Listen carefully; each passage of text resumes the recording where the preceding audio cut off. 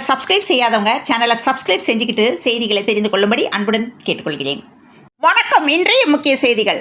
தேர்தல் காலத்தில் நீண்ட காலமாக விவாதிக்கப்பட்டு வரும் மொழிக் கொள்கை குறித்த விவகாரம் மு.க. ஸ்டாலின் மற்றும் மத்திய கல்வி அமைச்சர் தர்மேந்திர பிரதான் இடையே சமூக வலைதளங்களில் ஒரு நேரடி அரசியல் மோதலாக வெடித்துள்ளது. விடுதலை சிறுத்தைகள் கட்சியின் தலைவர் திருமாவளவன் வேட்பாளராக களமிறங்க இருந்த காட்டுமன்னார் கோயில் தொகுதியில் திடீர் ட்விஸ்டாக திருமாவளவன் விட்டுக் கொடுத்து இளைய பெருமாளின் மகன் ஜோதிமணியை அறிவித்திருப்பது விசிகாவினர் மத்தியில் மட்டுமல்ல அரசியல் வட்டாரத்தில் பேசு பொருள் ஆகியுள்ளது.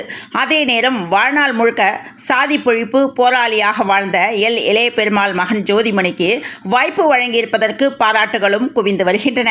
யார் இந்த ஜோதிமணி என்ற கேள்வி எழும்பியுள்ளது. திமுகவின் தற்போதைய தலைவர் மற்றும் தமிழ்நாட்டின் முதலமைச்சர் ஸ்டாலின் தமிழ்நாட்டின் முன்னாள் முதலமைச்சர் கருணாநிதியை நாடாளுமன்ற உறுப்பினர் ராசா விமர்சிப்பதாக ஆடியோ ஒன்று வெளியானது. தமிழ்நாடு சட்டமன்ற தேர்தல் நெருங்குவதால் சூடாக இருக்கும் அரசியல் களத்தை இந்த ஆடியோ மேலும் பரபரப்பாக்கியுள்ளது. நான் பேசியதாக சொல்லி பரப்பப்பட்ட ஆடியோ கிளிப் வெட்டப்பட்டு ஒட்டப்பட்டு செயற்கை நுண்ணறிவை பயன்படுத்தி பொய்யாக புனைந்து உருவாக்கப்பட்டது என்று எனது வழக்கறிஞர் மூலம் நோட்டீஸ் அனுப்பியுள்ளேன் என்றும் அந்த ஆடியோவின் உண்மைத்தன்மையே கேள்விக்குள்ளாக்கப்பட்டிருக்கும் பட்சத்தில் அதையே அடிப்படையாக வைத்து மண்டியிட்டு யாசித்து பிச்சையாக பதவி பெற்று அரசியலுக்கும் பொது வாழ்க்கைக்கும் அருகதையற்ற எடப்பாடி பழனிசாமி தலைவர் கலைஞர் அவர்களை பற்றியும் மாண்புமிகு முதல்வர் கழகத் தலைவர் அவர்களை பற்றியும் தேர்தல் நேர அரசியலில் ஆதாயத்திற்காக அவதூறு பேசுவது அரசியல் அநாகரிகமானது மட்டுமல்ல அயோக்கியத்தனமானது என்றும் மகாகவி பாரதியின் பாஞ்சாலி சபத வரிகள் தான் நினைவுக்கு வருகின்றன. சீச்சி நாயும் பிழைக்கும் இந்த பிழைப்பு என குறிப்பிட்டுள்ளார். கோவை விமான நிலையத்தில் வானதி ஸ்ரீனிவாசன் மற்றும் எல் முருகனுக்கு பாஜகவினர் மாலை அணிவித்தும் மலர் கிரீடம் அணிவித்தும் மலர் தூவியும் வரவேற்பு அளித்தனர். இருவரும் பிரச்சாரத்தை துவங்குகின்றோம் எனவும் தமிழகத்தின் அரசியல் சூழல் தேஜகவிற்கு மிக சாதகமாக இருப்பதாகவும் தெரிவித்தனர்.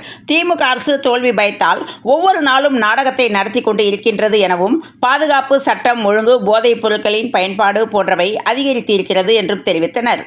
எங்கள் கூட்டணி குறித்து பேசினார்கள். திமுக கூட்டணிக்குள் இருக்கின்ற அதிருப்திகள் தற்போது வெளியில் வந்து கொண்டு இருக்கின்றது எனவும் மத்திய அமைச்சர்கள் மற்றும் தலைவர்கள் என பல்வேறு இடங்களில் பிரச்சாரம் மேற்கொள்ள இருக்கின்றனர். மக்களின் ஆதரவோடு இந்த தேர்தலில் பாஜகவின் அனைத்து வேட்பாளர்களும் வெற்றி பெறுவார்கள் என தெரிவித்துள்ளார் வானதி ஸ்ரீனிவாசன். அண்ணாமலை போட்டியிடாத காரணத்தை அவரே தெரிவித்துள்ளதாகவும் மத்திய அமைச்சர் பியூஷ் கோயல் இதனை தெளிவுபடுத்தி உள்ளதாகவும் வரும் நாட்களில் பாஜக வேட்பாளர்களை ஆதரித்து அண்ணாமலை அவர்கள் சிறப்பான முறையில் தேர்தல் பிரச்சாரம் மேற்கொள்ள உள்ளார் என்று தெரிவித்துள்ளார். தாவேகா துவங்கிய பின் புதுச்சேரிக்கு விஜய் இம்முறைதான் வந்துள்ளார். அதாவது கடந்த டிசம்பர் 9 புதுச்சேரி வந்த விஜய்க்கு கடுமையான கட்டுப்பாடுகளை புதுச்சேரி அரசு விதித்தது.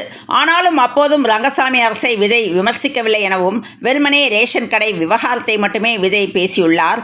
தனக்கு ரங்கசாமி மிக நெருக்கமானவர் என்பதால் அவர் மீது எப்போதுமே பாசமாக இருப்பார் எனவும் இதனால் தான் அந்த கூட்டத்தில் ஒருமுறை கூட ரங்கசாமி பெயரை விஜய் உச்சரிக்கவில்லை என்றும் இந்நிலையில் நேற்று புதுச்சேரிக்கு தேர்தல் பிரச்சாரம் செய்ய சென்ற விஜய் இம்முறையும் ரங்கசாமி குறித்து எதுவுமே பேசவில்லை என்றும் தேர்தல் நெருக்கத்திலும் ரங்கசாமி மீதான பாசம் விஜய்க்கு குறையவில்லை என தமிழகத்தில் ஆளும் திமுக அரசை விமர்சனம் செய்து போட்டியை தீவிரப்படுத்துகிறார் விஜய்.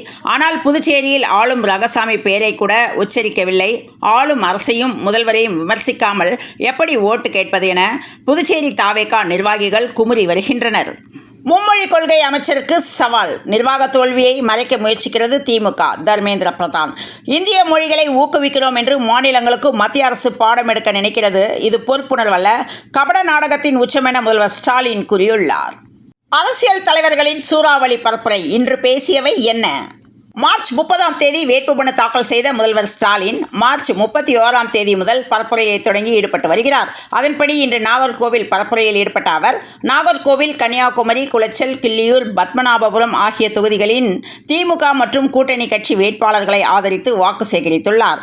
தொடர்ந்து பேசிய அவர் கலைஞர் குறித்து பேச அதிமுக பொதுச் செயலாளர் பழனிசாமிக்கு தகுதி இல்லை எனவும் அவருக்கு அரசியல் நாகரிகம் தெரியவில்லை எனவும் விமர்சித்து பேசினார். முன்னதாக ஸ்டாலின் முன்னாள் முதல்வர் கருணாநிதியை கைதியைப் போல வீட்டு சிறையில் வைத்திருந்தார் என அதிமுக பொதுச் செயலாளர் கே பழனிசாமி பேசியதற்கு பதிலடி கொடுத்துள்ளார். மீண்டும் ஆட்சியை பிடிக்கும் நோக்கத்துடன் 10க்கும் மேற்பட்ட கட்சிகளுடன் கூட்டணி வைத்துள்ள கே பழனிசாமி தொடர்ச்சியாக தமிழ்நாடு முழுவதும் பரப்புரையில் ஈடுபட்டு வருகிறார்.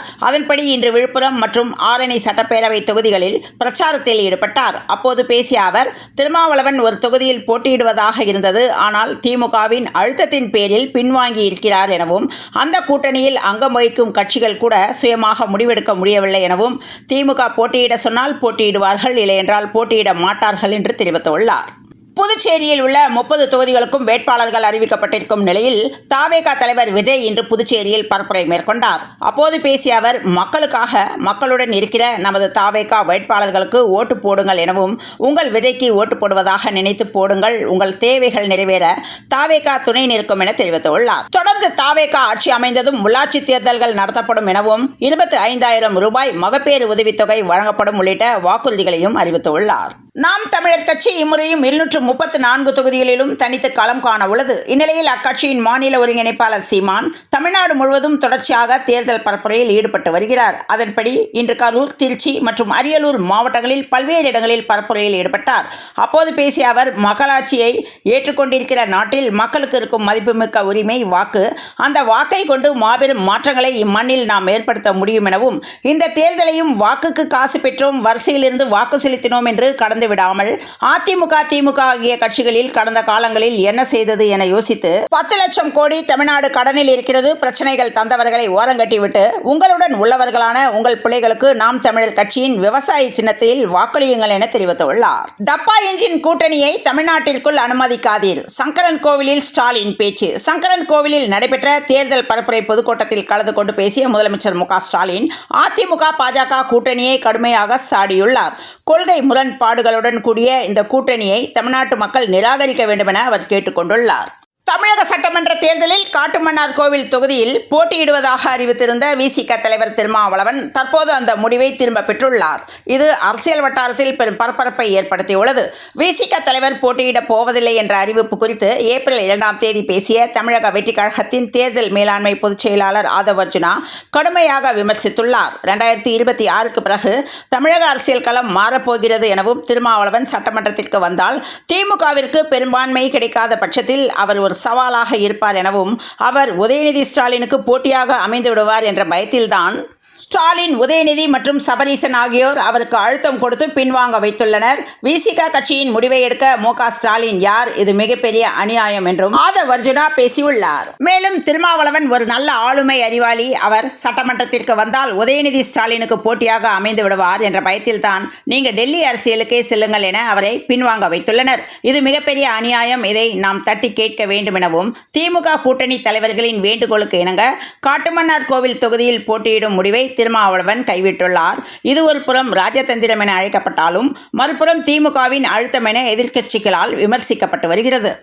ஆரணி தொகுதியில் அதிமுக வேட்பாளரை ஆதரித்து பிரச்சாரம் செய்த எடப்பாடி பழனிசாமி மறைந்த முன்னாள் முதல்வர் கருணாநிதிக்கு வீட்டு சிறை விவகாரம் மற்றும் தமிழகத்தின் தற்போதைய சட்டம் ஒழுங்கு குறித்து பேசியுள்ளார். சமீபத்தில் திமுக துணை பொதுச் செயலாளர் ஆ. ராசா பேசியதாக வெளியான ஆடியோவை சுட்டிக்காட்டி பேசிய எடப்பாடி பழனிசாமி, நான் நாக்கில் நரம்பில்லாமல் பேசுவதாக ஸ்டாலின் கூறுகிறார். உங்க கோபத்தை என்னிடம் காட்டாதீர்கள் எனவும், உங்க கட்சி துணை பொதுச் செயலாளர் ஆ. ராசாவிடம் காட்டுங்கள்.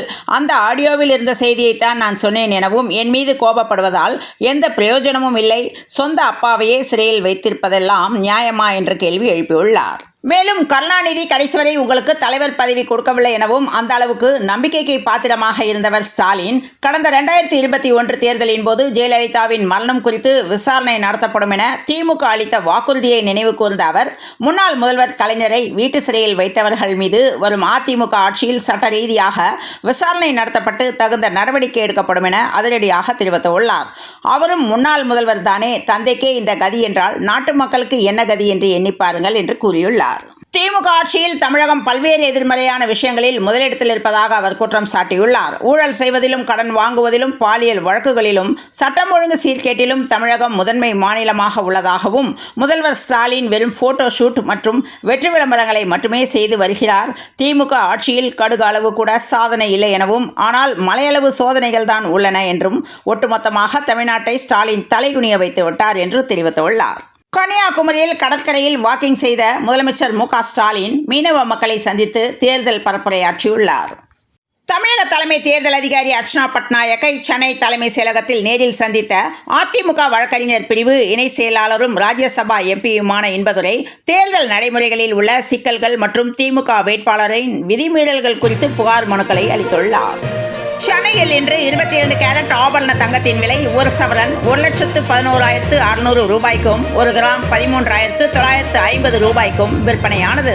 இத்துடன் இந்த செய்திகள் நிறைவடைந்த நிலையில் தொடர்ந்து இணைந்திருங்கள் பிரபாஸ் கதவம் செய்திகளுடன். மீண்டும் மற்றொரு செய்தியில் சந்திப்போம். நன்றி, வணக்கம்.